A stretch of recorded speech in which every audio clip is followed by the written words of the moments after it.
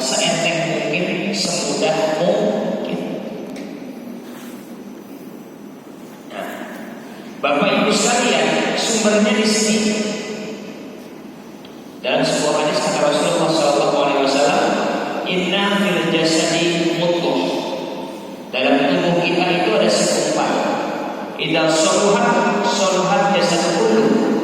Apabila yang segumpal itu baik, maka baiklah seluruh anggota tubuh kita. Wa idza fasadat jasad kullu. Dan apabila yang segumpal itu buruk, buruklah seluruh tubuh kita. Ala fahyal qalb, dan dia adalah hati. Jadi sumbernya itu ada di hati. Hati itu raja baik. Orang kalau hatinya baik, tangannya mudah bersedekah, lisannya mudah memuji orang, matanya mudah membaca Al-Quran, telinganya mudah mendengarkan pengajian, kakinya mudah melangkah ke masjid. Kalau hatinya baik. Kalau hatinya buruk, lisannya selalu memfitnah orang. Betul. Telinganya senang mendengarkan aib-aib saudaranya. Matanya berat ngaji, kakinya berat ke masjid, ringan ke tempat maksiat. Nauzubillah min. Nah, tapi Bapak Ibu, hati itu bahasa Arabnya qalbun. Qalbun hati ini punya sifat qallaba. Apa itu qallaba? Sering terbolak. Makanya ada orang paginya happy, siangnya galau, betul? Siangnya galau, sorenya senyum lagi, nanti malamnya pusing lagi, betul kan? Karena itulah hati yang sering terbolak-balik. Apalagi perang, setiap menit. ya. Makanya kalau ada yang bilang, Ustaz, perasaan perempuan itu sulit ditebak, saya katakan bukan sulit, tidak bisa ditebak. Maka ada sebuah doa yang bagus untuk kita lakukan kepada Allah. Ikuti saya. Ya muqallibal qulub, tsabbit qalbi ala dinik. Ya muqallibal qulub, tsabbit qalbi ala taatik. Wahai Allah yang maha membolak-balikkan hati, teguhkan hatiku di atas imanmu, di atas ketakwaan kepada. Mohon maaf Bapak Ibu, mohon maaf, punya hati? Lekorkan, tanggung jawabnya, punya hati? Itu hati siapa? Hati kita, betul kan? Tapi belum tentu kita bisa mengontrol hati kita. Buktinya apa? Kita nggak bisa jamin kok tiap hari kita happy, betul kan? Kadang sedih, kadang galau, itulah hati.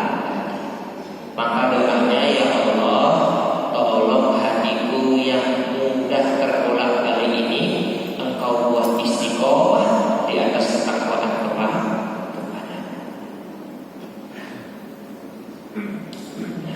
Bapak Ibu, hati terbagi menjadi 3. Pertama adalah qalbun salim, hati yang sehat. Yang kedua, qalbun marid, hati yang sakit. Yang ketiga, qalbun mayyit, hati yang mati. Sehat, sakit, mati. Kira-kira hati kita di mana? Insya Allah sehat. Atau minimal bukan yang sedang mati. Karena kalau hatinya mati tidak mungkin ada ajakan dari hatinya untuk berangkat ke masjid, apalagi ikut pengajian. Tapi jangan-jangan hati kita kalau mati, hati yang sakit. Ngeceknya gimana gampang? itu Bapak Ibu, Allah ciptakan untuk menawar diri kita atau penawar. Maka waktu dulu saya di pondok ada istilah namanya saldomir, bidomir, tanya hati kecilmu. Ada ya istilah seperti itu, tanya hati kecil. Karena memang fungsi hati itu penawar. Apa kata Rasulullah? Al-birru husnul khuluq. Kebaikan itu adalah akhlakul karimah. Wal ismu, dan perbuatan dosa cirinya ada dua kata Rasulullah. Mahaka fi sadrika, segala sesuatu yang membuat hati kita gelisah. Berarti ciri perbuatan dosa adalah apabila kita mengerjakan pekerjaan itu hati kita gelisah, hati kita berdebar. Makanya kalau mau sukses ikuti suara hati. Nah, kalau seperti itu, maka hati yang sehat adalah hati yang senang dalam ketaatan, senang dalam ketakwaan. Dan kalau yang punya hati ini mau bermaksiat, dia akan berteriak, jangan. Tergantung yang punya hati mau mendengarkan atau tidak. Hati yang sehat ketika yang punya hati mau bermaksiat, dia teriaknya kencang. Ketika kita mengikuti suara hati kita, maka kita selamat. Tapi kalau kita tidak mengikuti suara hati, besoknya diulang lagi, maka suaranya lebih pelan. Jangan. Diulangi lagi, besoknya lebih pelan lagi. Jangan ya adiknya. Diulangi lagi, kemaksiatannya lebih pelan. Kalau suaranya pelan, berarti hatinya sedang sakit. Besok diulangi lagi, hatinya tidak bersuara, berarti mati. Betul tidak? Orang bermaksiat itu, mohon maaf, misalnya selingkuh. Itu pertama selingkuh kan keringetan deg-degan, karena hatinya bilang jangan. Besok diulangi masih deg-degan, maka sudah tidak seperti sebelum. Lama-lama suaranya pelan, lama-lama biasa aja, tidak ada rasa bersalah di hatinya, berarti hatinya sudah. Ada juga tuh yang hatinya lanjutkan, bukan hadis ini yang dipakai, tapi surat Anas. Alladzi yuwaswisu fi sudurin nas minal jinnati wan nas. Karena setan itu pekerjaannya menggoda manusia, merayu manusia, dan setan wujudnya ada dua, dalam bentuk jin dan bentuk manusia. Kalau kita menjadi manusia mengajak orang kepada kemungkaran, berarti kita adalah setan berwujud. Kata surat Anas, bukan kata saya, oke. Tapi jangan besok diajak maksiat sama orang, setan, oh jangan gitu, dia pasti tersinggung. Itu Bapak Ibu. Nah, nanti kita lanjutkan.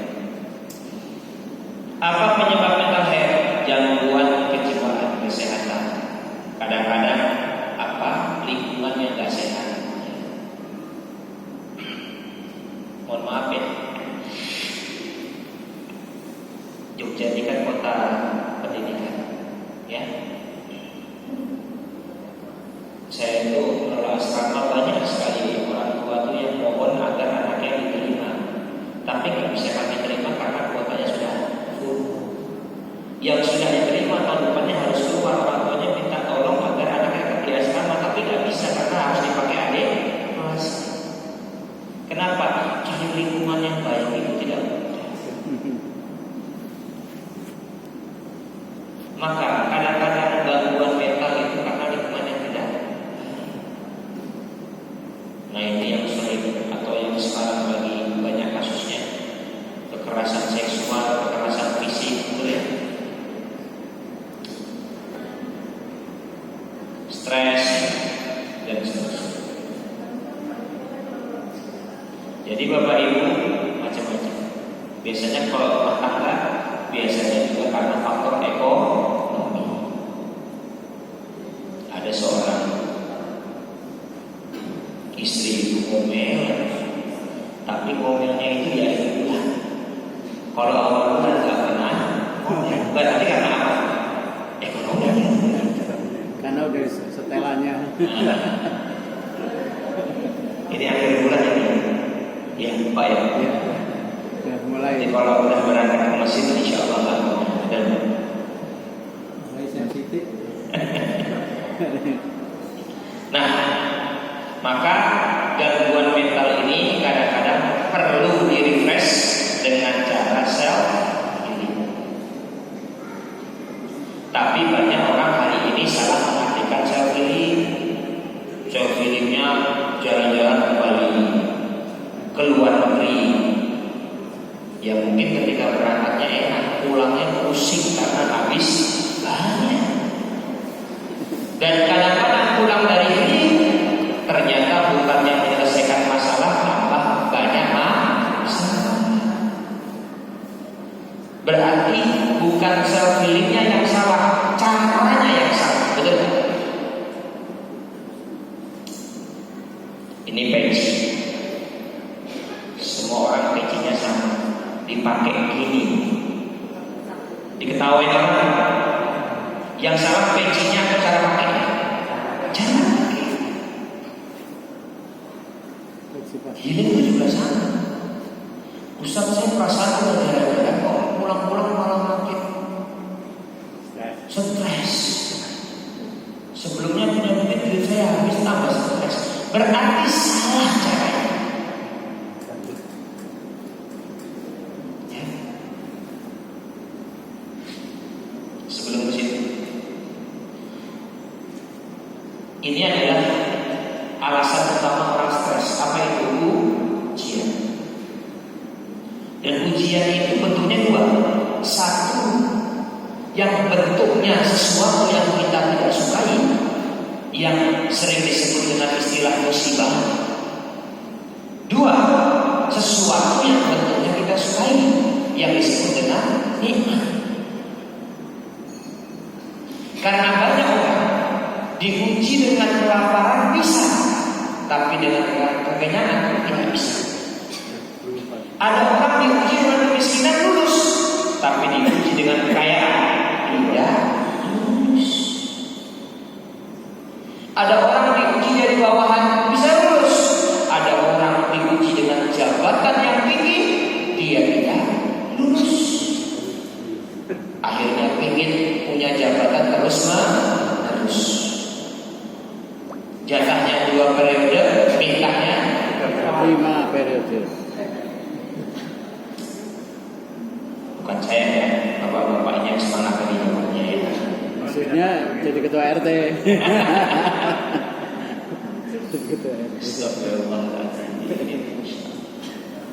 Kemarin bukan ada kepala desa apa demo di DPR, ingin jabatan 3 periode, nggak sih?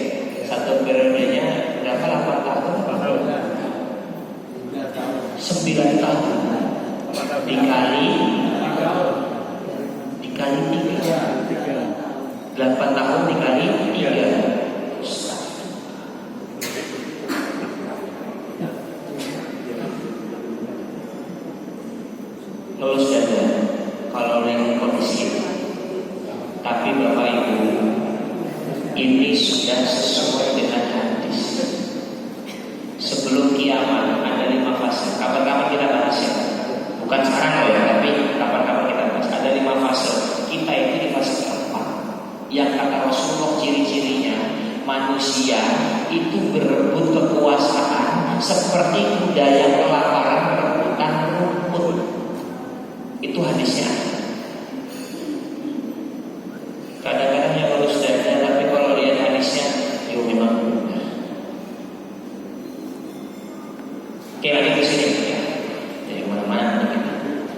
Bapak Ibu, ujian itu bagian dari kehidupan.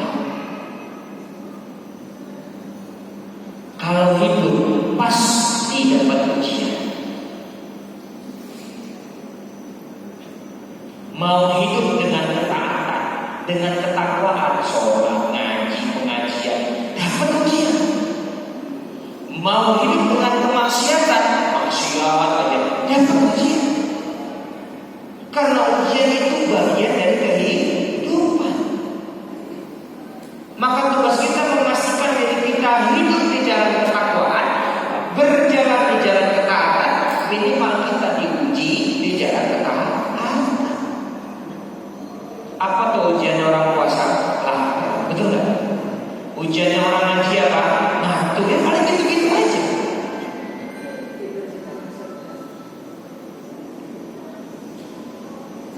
Nah, dari kata Allah dalam Quran, la yukallifullahu nafsan illa wus'aha. Allah tidak akan membebani hamba melainkan sesuai dengan kemampuannya. Kalau kita nggak mampu, kita nggak dapat ujian itu. Suatu ketika ada seekor bison. Bison ini dikejar oleh seekor cheetah. Jadi ada bison dikejar cheetah. Lari bisonnya itu. Sambil lari dia mikir, ini yang ngejar saya adalah hewan tercepat di dunia. Ya. Hewan tercepat di dunia.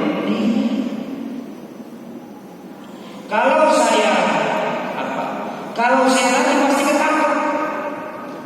Orang yang mengejar saya adalah hewan tercepat di dunia. Maka bison ini berpikir, aku mau mati dalam keadaan terhormat. Ya, aku mau mati dalam keadaan terhormat. Akhirnya apa? Dengan sisa tenaganya dia nekat, dia balik badan, diseruduk citahnya. Tanduk bison kena perut citah, citahnya kesakitan, lari. Gantian citah yang dikejar sama bison. Ujian itu, musibah itu, masalah itu ibarat citah. Kemanapun Bapak Ibu berlari, dapat nggak masalah? Terus gimana? Balik badan, hadapi saja. La yukallifullahu nafsan. Bismillah. Kalau nggak mampu, kita nggak dapat ujian itu. Kalau dapat ujian, berarti kita mampu. Hadapi. Yang mahasiswa ada mahasiswa di sini. Bimbingan skripsi, hadapi dosen. Serius. Saya dulu waktu ngerjain skripsi, ngerjain tesis, apalagi waktu S2 itu dosen pembimbing saya itu cukup. Ya seperti itulah. Saya sering ketemu bapaknya hanya untuk dimarahin. Gak apa-apa, hadapi. Tapi gara-gara sering ketemu saya, bapak ini berpikir, ibu ini berpikir, karena skripsi saya itu ibu yang pembimbing. Dan Mas Mahmud ini orang yang paling sering konsultasi ke saya. Terus kasih saya begini. Hadapi. Laki-laki yang jomblo mau melamar perempuan, hadapi saja calon mertua itu, benar nggak? Loh kalau nggak dihadapi, keburu dilamar orang lain, benar nggak? Hadapi aja, bismillah. Mas, kenapa mau nikahin Mas ini? Saya mau ibadah apa? Apa bekalnya? Saya punya sesuatu yang lebih berharga daripada dunia dan seisinya. Apa itu Mas? 2 rakaat sebelum subuh. Ini jangan gitu. Nekat itu. Hadapi saja. Nah, Bapak Ibu, mana tadi? Nah, jadi itulah yang namanya kehidupan, yang namanya ujian. Tidak ada ujian selain kemampuan, sesuai dengan kemampuan. Maka Allah, wah di sini ada apa yang saya tadi dari slide-nya. Maka ada seekor iguana. Iguana ini diincar banyak ular.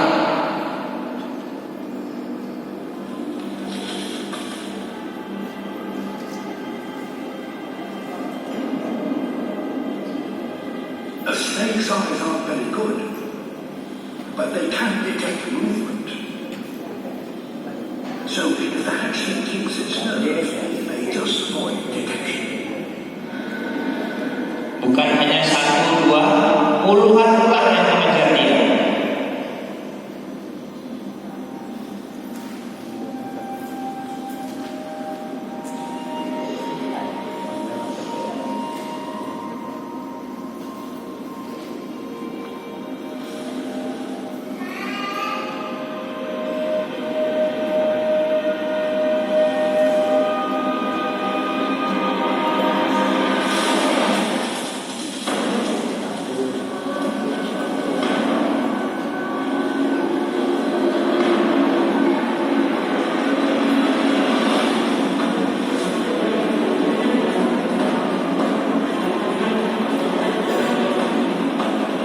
Banyak puluhan ekor ular dan dia ketawa. Dan yang melirik dia bukan hanya satu, dua, bahkan 3 ekor. Tapi dia tidak menyerah, dia terus maju ke depan, dia terus berusaha menghadapi setiap masalah yang dia lalui dan dia bisa lepas.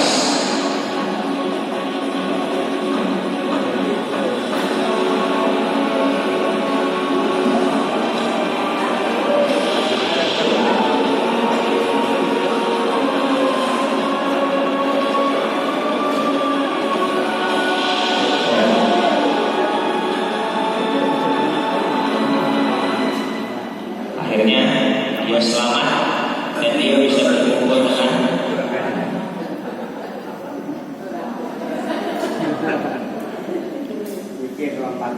biar nggak kaku banget kita kasih begitu.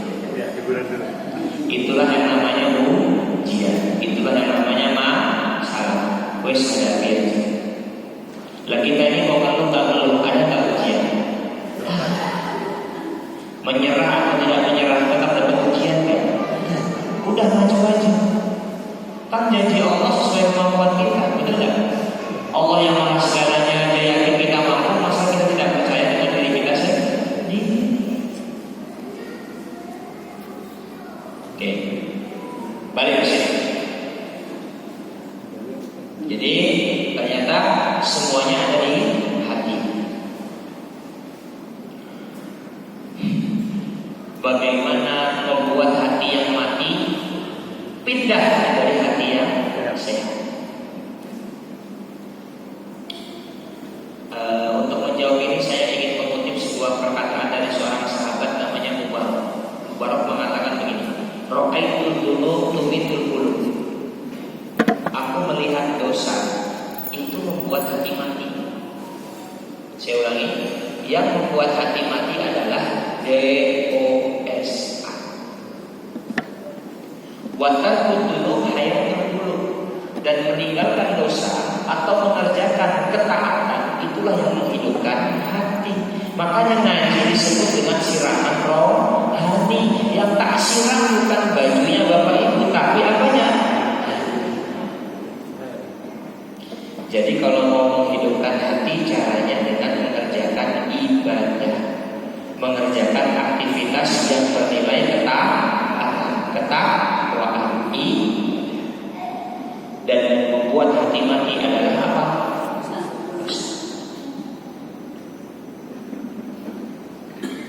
Obat hati ada 5 perkaranya.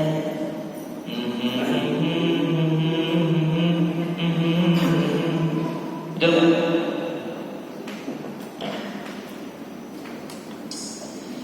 Angkat tangan kanannya, pegang pundak temannya. Lah harus akrab ngaji bareng kok enggak akrab. Ikuti saya, saudaraku.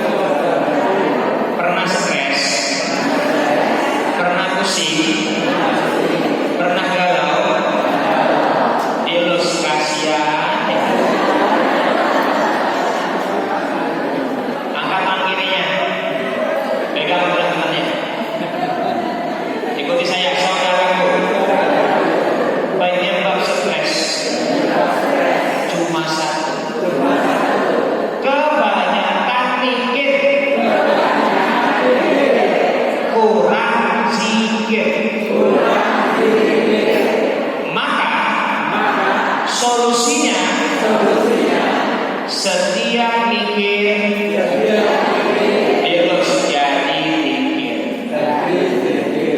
Setuju? Galau, stres, risau. Apa? Kebanyakan mikir, betul nggak? Masalah mau dipikir, masalah yang diselesaikan. Punya utang, punya. Gak usah dipikir, utang itu dibayar.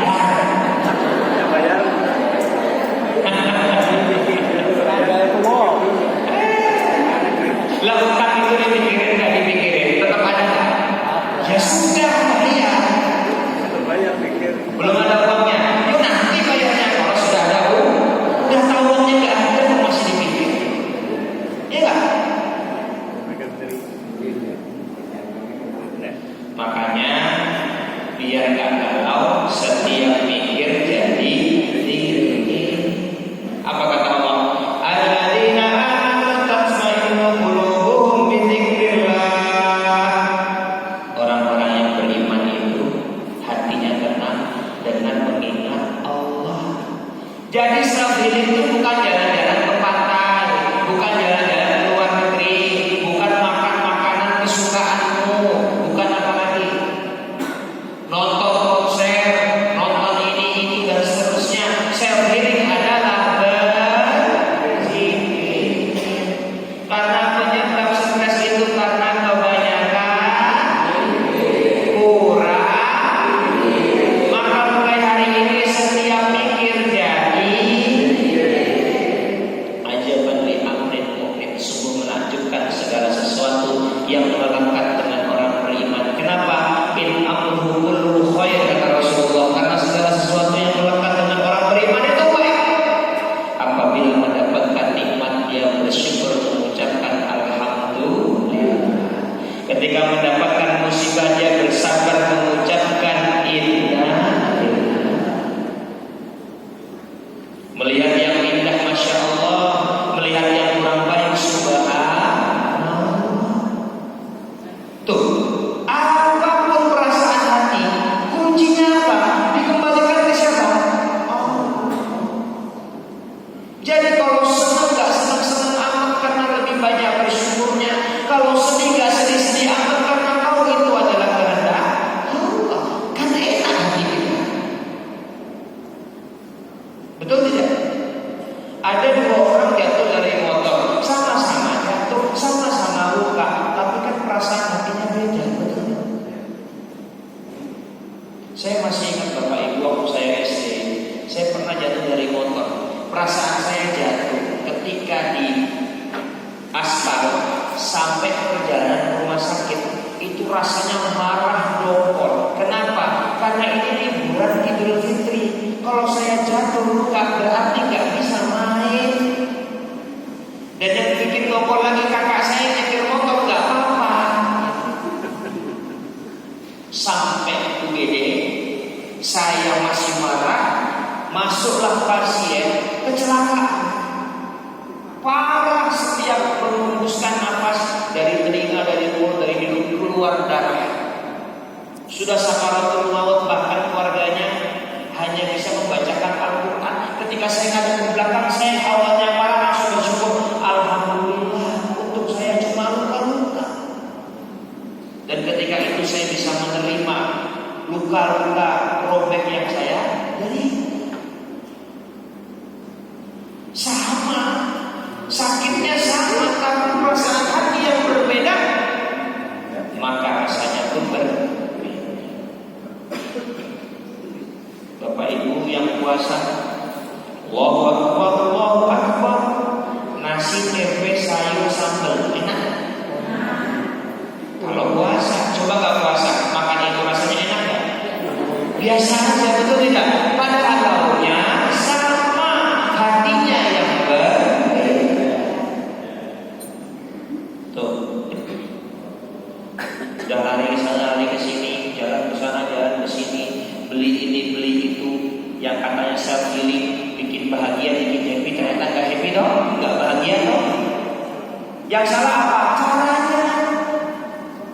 Kuncinya di sini Bapak Ibu, perhatikan cepat saja waktu terbatas ini.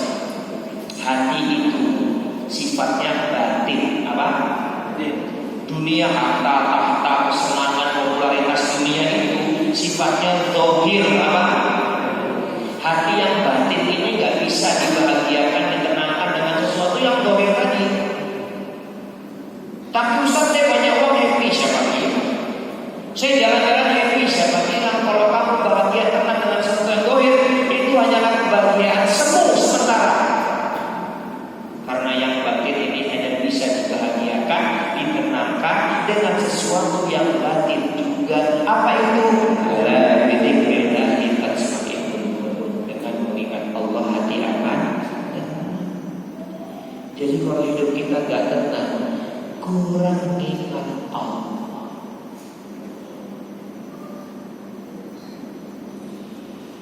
Syekh Mutawalli Asy-Sya'rawi berpesan kepada kita, kamu tenang naik pesawat terbang padahal kamu gak kenal siapa pilotnya. Kamu tenang naik kapal padahal kamu gak kenal siapa nahkodanya. Kamu tenang naik kereta api padahal kamu gak kenal siapa masinisnya. Kamu tenang naik gokar, naik travel, naik bis padahal kamu gak kenal siapa supirnya. Loh, kok kamu gak tenang hidup di dunia padahal kamu kenal siapa yang punya dunia dan seisi? Siapa yang punya? Allah. Betul tidak? Usikum wa iya. Kadang-kadang di hati kita gelisah, risau karena tidak mengingat Allah. Padahal apa kata Allah? Wa min dabbatin fil ardi illa 'ala Allahi rizquha. Semua itu sudah Allah jamin rezeki. Makanya Quran itu salah satu fungsinya syifa. Apa itu syifa? Penyembuh. Maka healing itu ke Al-Quran. Baca Al-Quran, Bismillahirrahmanirrahim. Tadabburi artinya. Semua ada kok jawabannya di Al-Quran. Betul? Ini biar gak terlalu tegang, kita nonton drama Korea.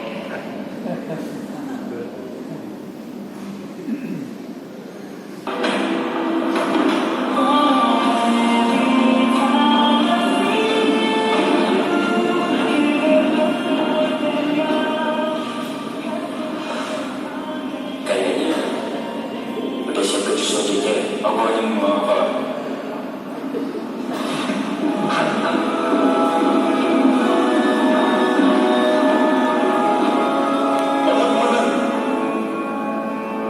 Gimana, sudah siap 1 juta hari ini? Kehilangan dikasih memang sakit, namun kehilangan hafalan jauh lebih menyakitkan. Ayo bekerja. Ayo bekerja. Oke ya. Jadi kembali kepada karena jawabannya semua ada di Al-Quran. Sudah, gak usah cari yang lain. Kembali kepada Allah. Karena kita ini hamba Bapak Ibu. Gini loh, beli HP untuk bisa pakai HP ada buku petunjuknya, betul tak?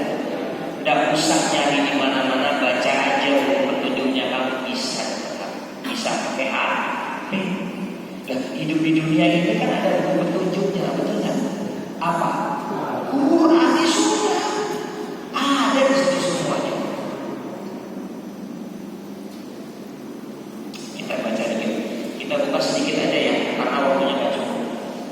Ya Allah, mengapa diuji? Apa kata Allah?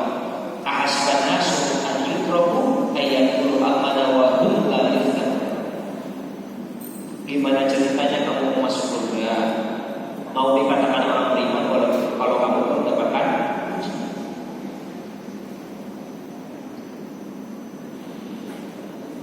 Kan kalau sudah ini loh Bapak Ibu, kadang-kadang kita itu mentalnya tenang itu karena belum bisa menerima. Dan bisa menerima itu karena kaget, betul kan? Tapi kalau nggak kaget, ya biasa aja. Contoh, kamu maju ke depan, di situ nanti ada harimau, jangan kaget ya. Tidak kaget.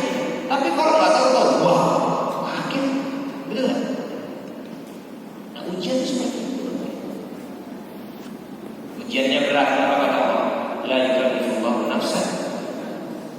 Allah nggak akan uji kita kecuali sesuai kemampuan. Mengapa kenyataan itu tidak sesuai dengan yang diharapkan? Apa kata Allah? Asa antakrau syai'an wa huwa khairul lakum, bisa jadi yang kita anggap buruk ternyata baik. Wa asa antakrau syai'an wa huwa syarrul lakum, bisa jadi yang kita anggap baik ternyata. Wallahu ya'lamu wa antum la ta'lamun. Allah Maha tahu, kita enggak tahu apa-apa. Seolah-olah di ayat ini Allah mengatakan maka kamu jangan sok tahu.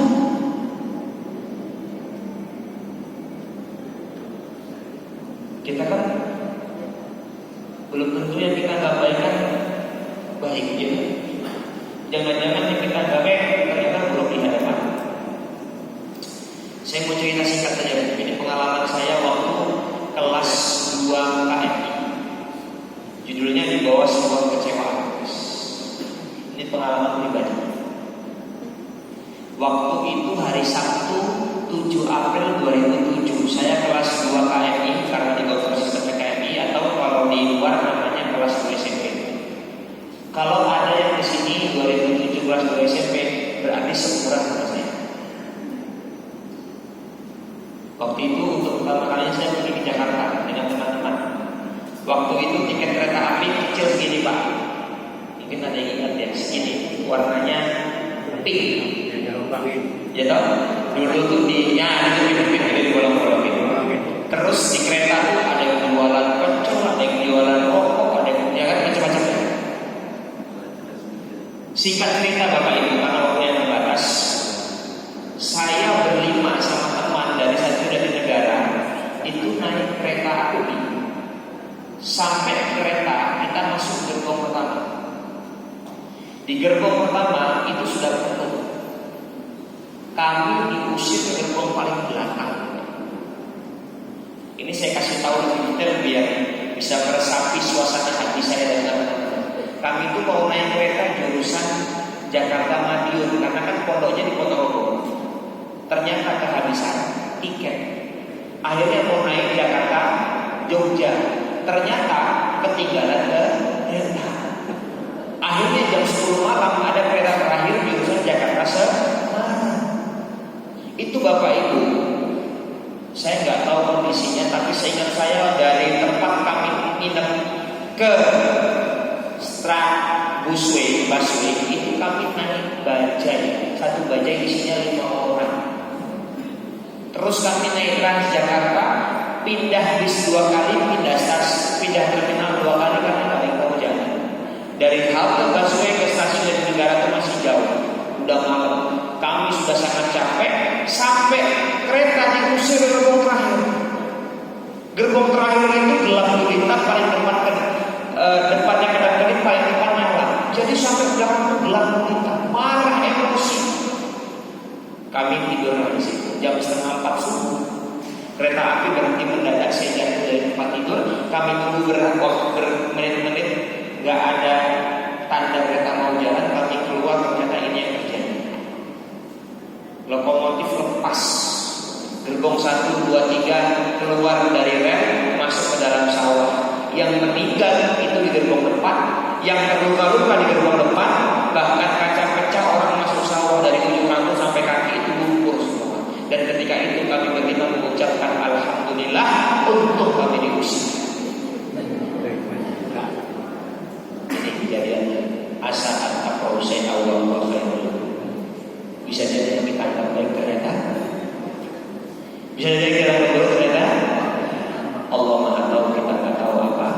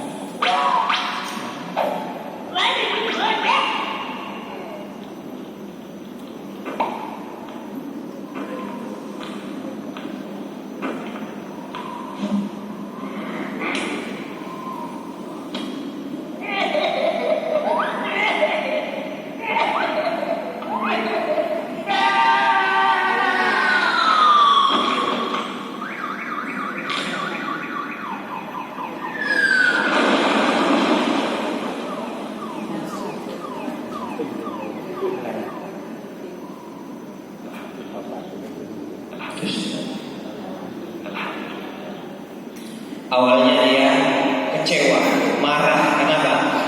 Tar lagi nyampe tujuan malah banyak bos mobilnya mogok.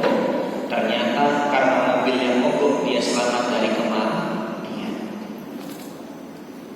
Awalnya kami marah, diusir Bapak Ibu ke gerbong terakhir. Ternyata kami diselamatkan dari kecelakaan. Saya yakin kok Bapak Ibu pasti punya pengalaman pribadi seperti itu, betul?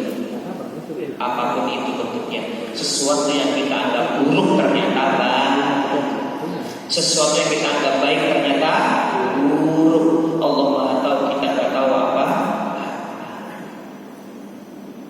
Mohon maaf, semua orang pasti sepakat ditinggalkan orang tua itu adalah sesuatu yang buruk, betul? Orang tua meninggal buruk tidak? Tapi banyak seorang anak yang jadi kuat, bahkan tangguh, bahkan sukses karena ditinggalkan orang tuanya. Salah satunya namanya siapa? Muhammad sallallahu alaihi wasallam. Beliau lahir berapa kali? 6 tahun ibunya.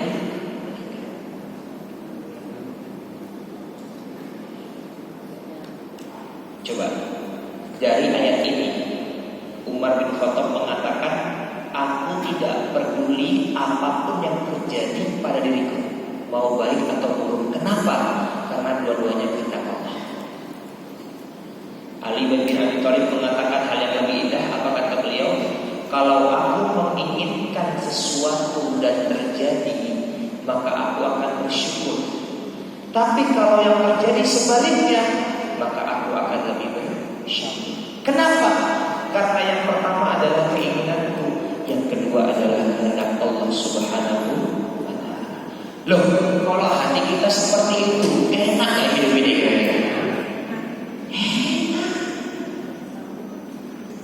Makanya kalau dalam hadis dijelaskan orang beriman itu mendapatkan nikmat alhamdulillah, mendapatkan musibah innalillah. Ada konsep kesabaran yang indah namanya sabrul jamil. Apa itu? Ketika mendapatkan musibah, lisannya tetap mengucapkan alhamdulillah ala kulli hal. Segala puji bagi Allah apapun yang terjadi. Karena mau itu baik atau buruk pasti kehendak Allah. Gak ada urusan apapun yang terjadi, urusannya hati saya harus tetap dekat dengan Allah. Karena menurut kita musibah adalah segala sesuatu yang tidak kita senangi. Tapi menurut Allah adalah segala sesuatu yang mendekatkan dengan Allah. Itu adalah nikmat, itu berkah. Betapa banyak orang dekat sama Allah gara-gara tertimpa musibah. Berarti ini sebenarnya bukan musibah.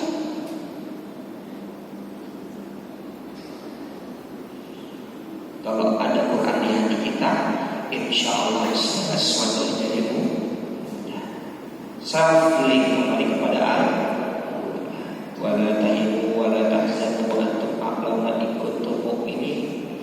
Jangan lemah, jangan sedih ya. La tahzan, ayat yang lain la tahzan innallaha ma'ana. Jangan bersedih, Allah bersama kita. Kalau nggak ada pintu yang terbuka untuk kita, pintu tobat Allah selalu terbuka. Kalau nggak ada lagi orang yang mau dengerin kita, Allah Maha selalu bersama dengan kita. Pusing, susah kerjain tugas, susah menyelesaikan persoalan, caranya salah. Apa caranya kata Quran?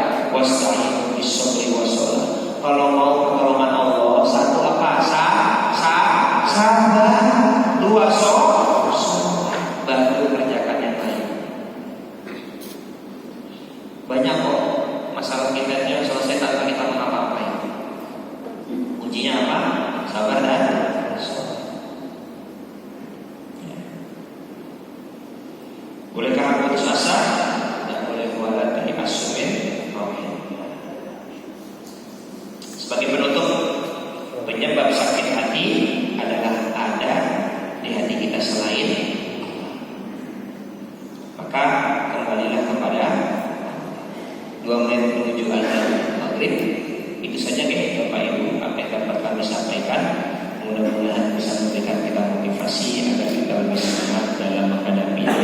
depan. Dan yuk mulai sekarang saya pilih kembali ke Quran, kembali kepada Allah Subhanahu wa Ta'ala. Burung irian, burung cendrawasih. Cukup sekian, terima kasih. Kurang lebihnya mohon maaf. Assalamualaikum warahmatullahi wabarakatuh.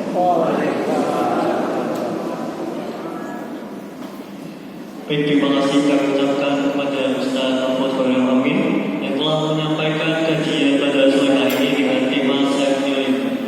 Kemudian kami dari Masjid Kiai Haji Sudah akan menyampaikan beberapa pengumuman, dan insyaallah dalam waktu dekat kita akan mengadakan agenda pilah. Di antaranya kita akan melakukan donasi, terus ada beberapa lomba. Yang pertama kita akan melakukan donasi untuk bantuan sosial di Panti Asuhan Muhammadiyah Ahmad Dahlan di Kokap Kulon Progo, dan bagi jamaah yang ingin berdonasi untuk panti asuhan tersebut bisa menghubungi kami di nomor admin atau bisa cek langsung di Instagram Masjid Kiai Haji Sudah. Kemudian setelah itu insyaallah kita juga ada mengadakan lomba, adalah lomba muammar atau musabaqah remaja Qur'ani. Ini akan dilaksanakan pada tanggal 17 November 2024, dan bagi jamaah yang ingin mendaftarkan lomba bisa cek Instagram dan grup atau melalui grup WA. Yang terakhir, insyaallah kita juga akan mengadakan lomba festival anak soleh, dan diantaranya ada beberapa lomba. Yang pertama ada lomba menggambar, lomba mewarnai, lomba CCA, dan lomba wudhu. Dan lomba anak soleh ini diperuntukkan untuk anak-anak SD mulai dari TK. Maaf, apa Pak? Berapa? untuk mewarnai mulai dari TK, dan gambar dan lomba lain mulai dari SD, dan lomba CCA mulai dari SMP kelas 7 sampai kelas 9. Mungkin demikian yang dapat kita sampaikan bagi jamaah yang ingin